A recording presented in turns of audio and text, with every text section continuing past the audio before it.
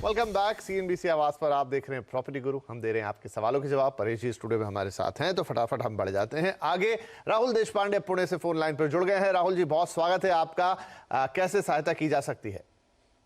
नमस्ते सर, धन्यवाद आपका। पहले तो प्रोग्राम आपका बहुत अच्छा है। Thank you. और मैं चाहता हूँ राइट्स के बारे में मुझे थोड़ी जानकारी चाहिए। ओके। तो 10 लाख के करीब मैं इन्वेस्ट करना चाहता हूँ। तो बेंगलोर में जो ऑप्शंस मुझे दिखते हैं इलेक्ट्रॉनिक सिटी साइड में और आउटर रिंग रोड साइड में, वो काफ़ी महंगे लगते हैं। लेकिन शुरुआत तो कहीं से तो भी करनी चाहिए, इसलिए मैं 10 लाख का मैंने सोचा है। और इसकी थोड़ी बहुत जानकारी चाहिए कि जिसमें ये ट्रांजैक्शन सिक्योर कैसे हो और इसका क्या क्या लाभ हो सकता है एज अ। नहीं, बहुत बढ़िया है। देखिए राहुल जी, अच्छा है आप निवेश करना चाहते हैं रियल एस्टेट में। जो रेजिडेंशियल रियल एस्टेट है वहां आपको लग रहा है कि महंगे ऑप्शन है।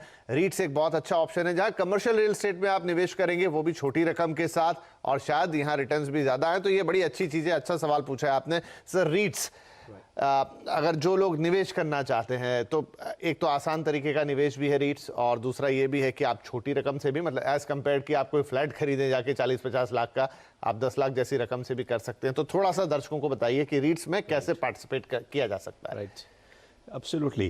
देखिए, REITs is a kind of an investment vehicle जहाँ पे पूलिंग ऑफ फंड्स होता है और ये इन्वेस्टमेंट होता है। It's like similar to mutual fund. हाँ जी, राइट। सो रीट्स के अंदर ये इन्वेस्टर्स पैसे कलेक्ट करते हैं, they give it to a fund or a manager, and that manager or a fund in turn invests in commercial properties. इनका मेन ऑब्जेक्टिव ये होता है इस तरह की प्रॉपर्टी में इन्वेस्ट करते हैं जहाँ से रेगुलर रिटर्न मिलता है।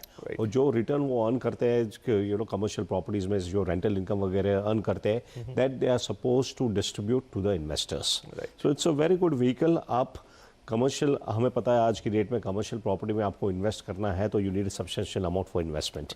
राइट। आपको कम से कम 3-4-5 करोड़ से लेकर 50-100 करोड़ तक का इन्वेस्टमेंट कमर्शियल प्रॉपर्टी जिस लेवल की प्रॉपर्टीज में रीट्स आता है वहां तो इससे नीचे टिकट साइज हो ही नहीं सकता। एग्जैक्टली।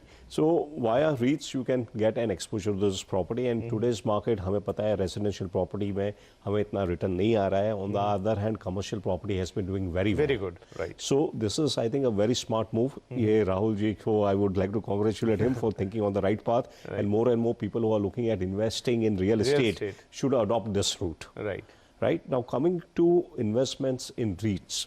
अभी इंडिया में हमने देखा है कि जो फर्स्ट REITs की बात पिछले 4-5 साल से चल रही थी, but the first REITs which was listed in India was by Embassy and Blackstone Group. Embassy, as we know, is a very well known developer in Bangalore. उनके पास काफ़ी सारे कमर्शियल प्रोजेक्ट्स है, IT पार्क्स है वगैरह। और Blackstone is a global investor, private equity investor, and they have a huge exposure to real estate in India. तो इन्होंने मिलके जो फर्स्ट REITs था वो लॉन्च किया था। They had monetized उनके जो प्रॉपर्टीज थे ऑलरेडी कमर्शियल प्रॉपर्टीज, उसके लिए उसका ट्रस्ट क्रिएट करके लिस्टिंग करवाया था as per the REET structure. और ये रीट्स का जो उन्होंने ऑफर किया था इन्वेस्टर्स को यूनिट्स, इन अप्रैल 2019 इसका लिस्टिंग हुआ था। मार्च में ये ओपन हुआ था 2019 में, और अप्रैल 2019 में इसका लिस्टिंग हुआ था। और 300 रुपीज़ में इन्होंने ये ऑफर किए थे। आज की डेट में उसका प्राइस 424 रुपीज़ चल रहा है। क्या बात है। सो approximately if you look at annualized return of 50%, which is the best. No real estate has given that, no equity में मार्केट में भी नहीं मिला है, but REITs में इतने रिटर्न मिला है। इसके अलावा उन्होंने डिविडेंड भी डिस्ट्रीब्यूट किया है। जैसे कि हमने देखा है as per the rules 90% of their earnings what they earn by way of rental income etc. they are supposed to distribute. तो उन्होंने 2 बार डिविडेंड भी डिस्ट्रीब्यूट किया है। and the good part was dividend was tax free.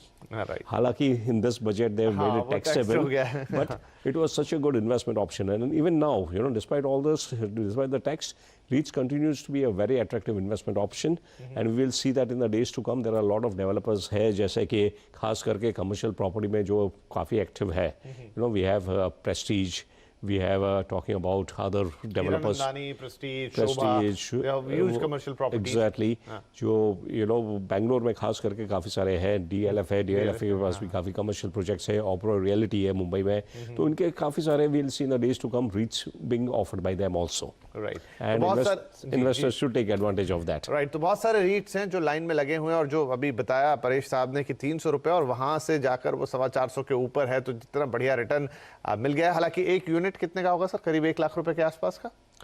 Approximately yes. हाँ, तो 10 लाख रुपए काफी हैं। 10 यूनिट आप लेंगे, जिस तरह से म्यूचुअल फंड के यूनिट लेते हैं, बढ़िया। और जब भी आपके पास पैसे आते जाएं, आप उसमें अपने यूनिट्स बढ़ाते जाएं। तो ये बहुत ही सिंपल तरीका है। और जो इन्होंने ये भी पूछा कि आप खरीदेंगे कैसे, तो आई थिंक जैसे हम स्टॉक मार्केट या म्यूचुअल फंड लेते हैं ऑनलाइन, राइट नाउ जो एम्बेसी का रीच है, you can by online through the stock exchange, और जब भी नए रीच आएंगे उनका आईपीओ आएगा, आप तो अप्लाई कर आप सकते हैं। जैसे शेयर्स में आईपीओ रहते हैं, उसी इक्विटी में रहते हैं, उसी तरीके से खरीद सकते हैं। तो ये बढ़िया ऑप्शन है। और इनफैक्ट बहुत लंबे वक्त से सोचा भी है कि किसी दिन रीट्स पे थोड़ी खुलकर चर्चा करेंगे, तो किसी दिन पूरी विस्तार से बातचीत और रीट्स पे आपके लिए करेंगे। लेकिन फिलहाल शुक्रिया कहेंगे राहुल जी का कि ये सवाल लेकर आए, जिससे बाकी लोगों को भी फायदा मिलेगा। क्योंकि इस पूरे माहौल में भी रीट्स एक ऐसी चीज है जहां पर आप आसानी से बढ़िया और फायदे का निवेश कर सकते हैं रियल एस्टेट के अंदर। चलिए, तो रीट्स के बाद एक छोटा सा ब्रेक के बाद सवाल जवाब जारी रहेंगे।